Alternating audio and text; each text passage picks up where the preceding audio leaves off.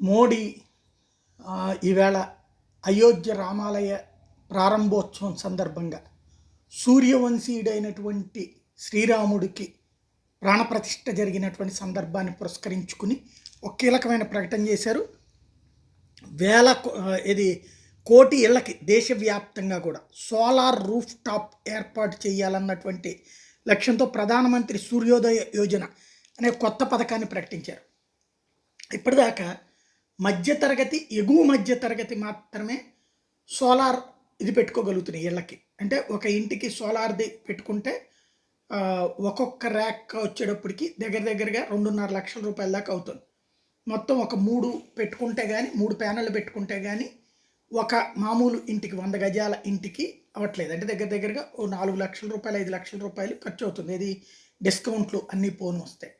అది ఒక 400-500 యూనిట్ల వరకు ఉత్పత్తి అవుతుంది. అది అంత బడ్డెన్ పెట్టుకోవడానికి ఎవరు సిద్ధపడట్లేదు. క్రమంగా 2 లక్షల రూపాయలని 3 రోజులు 6 లక్షల రూపాయలు అయిపోతుంది. పైన ఇవన్నీ కలిపితే 7-8 లక్షలు అయిపోతుంది. అంత పెట్టేందుకులే అని చాలామంది అసలు సోలార్కి ప్రయారిటీ ఇవ్వట్లేదు. బట్ ఇప్పుడు అది అంటే ఎగువ మధ్య తరగతి మాత్రమే ప్రయారిటీ ఇస్తున్నారు. కొంచెం 4 ప్యానెళ్ళు 5 ప్యానెళ్ళు అన్నటువంటిది పెట్టుకుని వాళ్ళు చేసుకుంటున్నారు. ఇప్పుడు పేదవాడికి కూడా లేదా దిగువ మధ్య తరగతి వాళ్ళకు కూడా ఈ సిస్టమ్ పెట్టి వాస్తవంగా అయితే సోలార్ సబ్సిడీలు చాలా రాష్ట్రాలు పట్టించుకోవట్లేదు. ఆంధ్రప్రదేశ్లో అయితే రాజధాని ప్రాంతం కృష్ణా గుంటూరు జిల్లాల వాళ్ళకి ఇవ్వరు. అదొక దరిద్రం. అమరావతి ప్రాంతానికి సోలార్ బ్యాన్ అట. సబ్సిడీ ఇవ్వదు. రాష్ట్ర ప్రభుత్వం ఇవ్వదు, కేంద్ర ప్రభుత్వం సబ్సిడీని కూడా ఇవ్వలేదు. కేంద్రం సబ్సిడీ కూడా ఇక్కడ బ్యాన్ పెట్టారు. మరి అదేం దరిద్రం అర్థం కాదు. బట్ ఓవరాల్గా అయితే దేశవ్యాప్తంగా సోలార్కి సంబంధించినటువంటి ఒక మంచి ఆలోచన.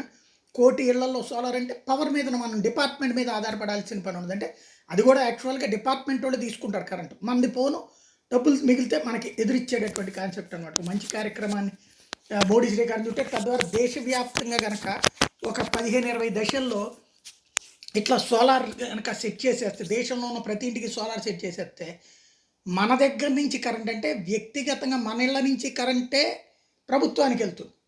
పైగా ప్రభుత్వం ఉత్పత్తి చేసేది బోల్డ్ అంత మిగులుతుంది. నిజంగా ఏళ్ల తరబడి ఎవరికి బుర్రకి సోకనటువంటి అద్భుతమైనటువంటి ఆలోచన. ఎందుకంటే ఇప్పుడు థర్మల్ పవర్ అని చెప్పేసి మనకి హైడల్ పవర్ బాగానే ఉంటుంది. ఇది నీళ్ళ ఆధారంగా తీసేటువంటి కరెంటు.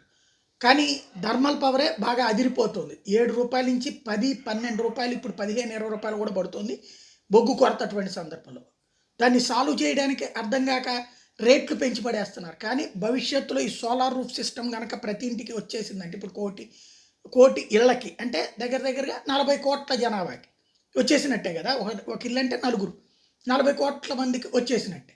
ఇంకొక 25 కోట్లు వచ్చినాయి అనుకోండి. అంటే ఈ దేశ జనాభా 140 కోట్లు.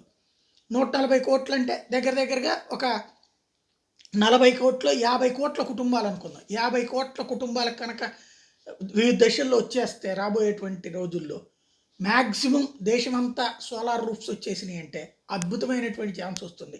మంచి ఆలోచన.